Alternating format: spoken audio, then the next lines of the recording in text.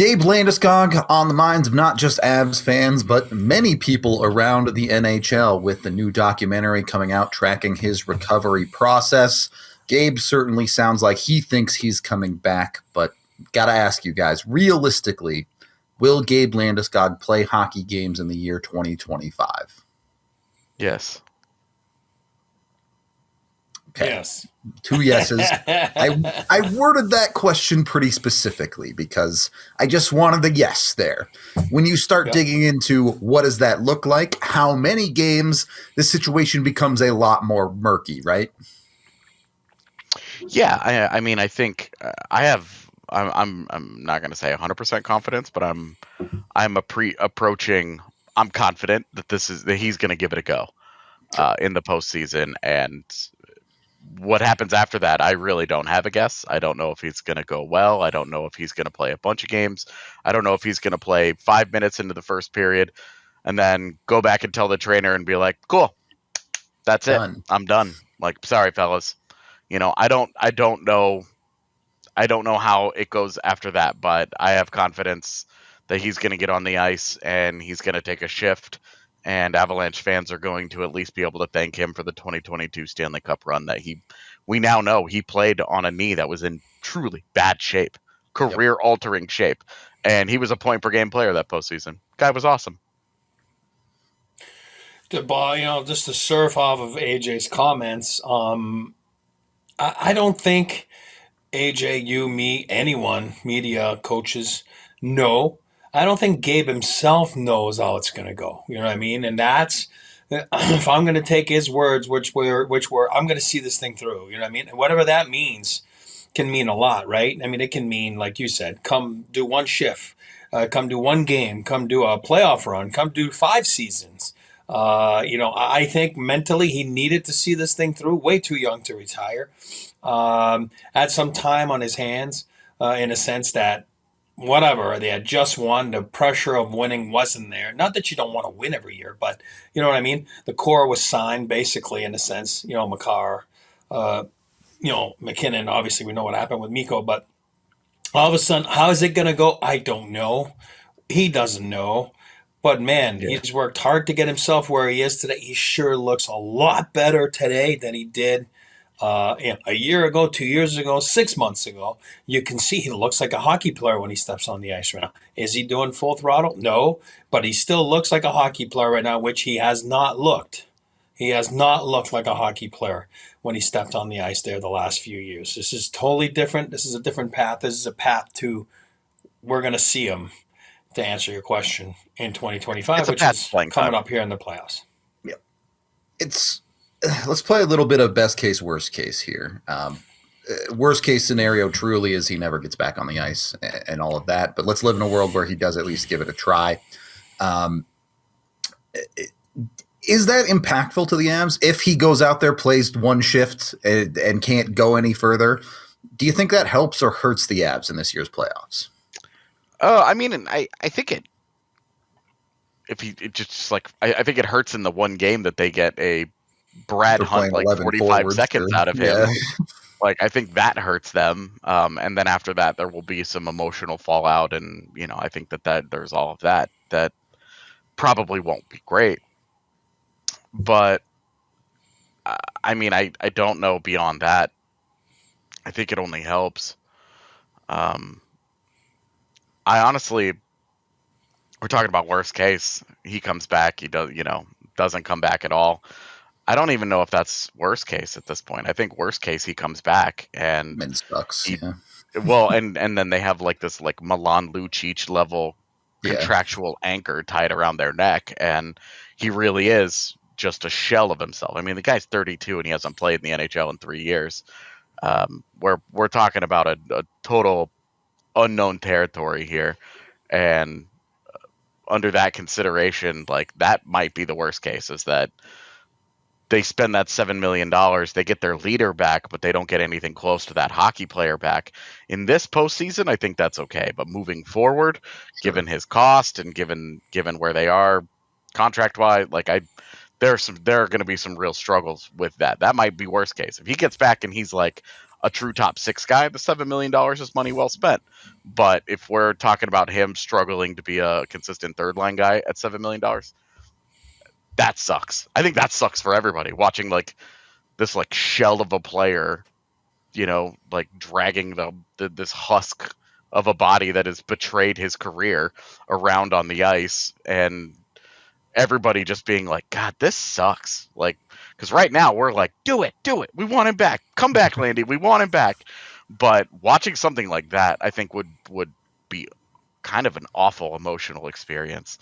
Honestly, kind of like the end of what happened with Peter Forsberg, where he played those 2 games and everybody was like, this is not fun. We thought this was going to be fun. And then, of course, that led to the Valentine's Day massacre. And all of that was horrible, too. Yeah, I mean, that's what I think. I think worst case is he comes back and, it doesn't work. But, you get an emotional boost no matter what that game he's going to be in there. If it's a playoff game, which we think the 3 of us will be, how awesome is that? How electric is that going to be? How much of a boost is that? Look no further than like Stamkos in the bubble. Remember, he scores a goal, and what did he play that game? 3 shifts, whatever? Not even. I mean, and I'm not saying that's the case. I'm saying that's what it does when your leader comes back. And I think the room knows. I think the players know. I think the front office, the coaches know. No one expects anything. If it's good, it's good. If it's bad, it's bad. They'll figure it out. You know what I mean? So I don't think he's going to be letting anybody down.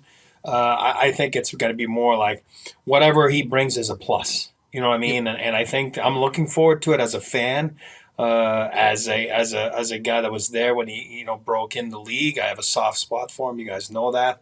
I'm excited for it. Am I going to have some tears? Absolutely. Are you kidding me? And I would have tears on the bench too. And I'd want to go eat that board if I went on the ice next. I'd be like, who's next? I'm in. I got it. You know what I mean? Like, I want to go out there. Look what he's been through for 3 years. I can go out there for 30 seconds right now and just absolutely devour the ice and give it everything I have, for my team, because look what he's done. Should he go out there and fight Jamie Benn on his first shift? So funny. I'm down. And then Jamie Benn looks at him like, what are you doing? Like, really? What are you doing? You know what I mean? Like, I don't want to do this. I mean, maybe like some captain on captain crime being like, all right, we'll both, 5 minutes. Like, you can outlet some of this anger onto me. It's okay, man. In that first 10 seconds, if he feels the knee can't go, you can spend 5 minutes in the box after a fight, right? Buy yourself some time. Exactly.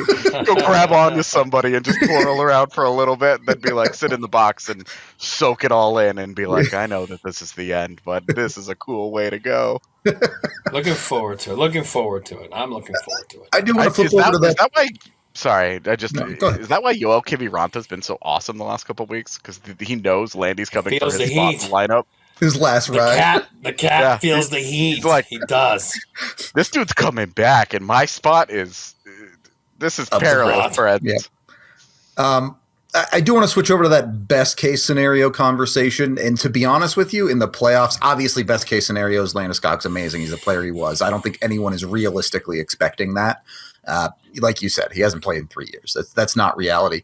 For the playoffs, best case scenario is that he can play at a serviceable NHL level. It almost doesn't even matter how high the level is as long as it's NHL caliber. But longer term is where that conversation really comes into play.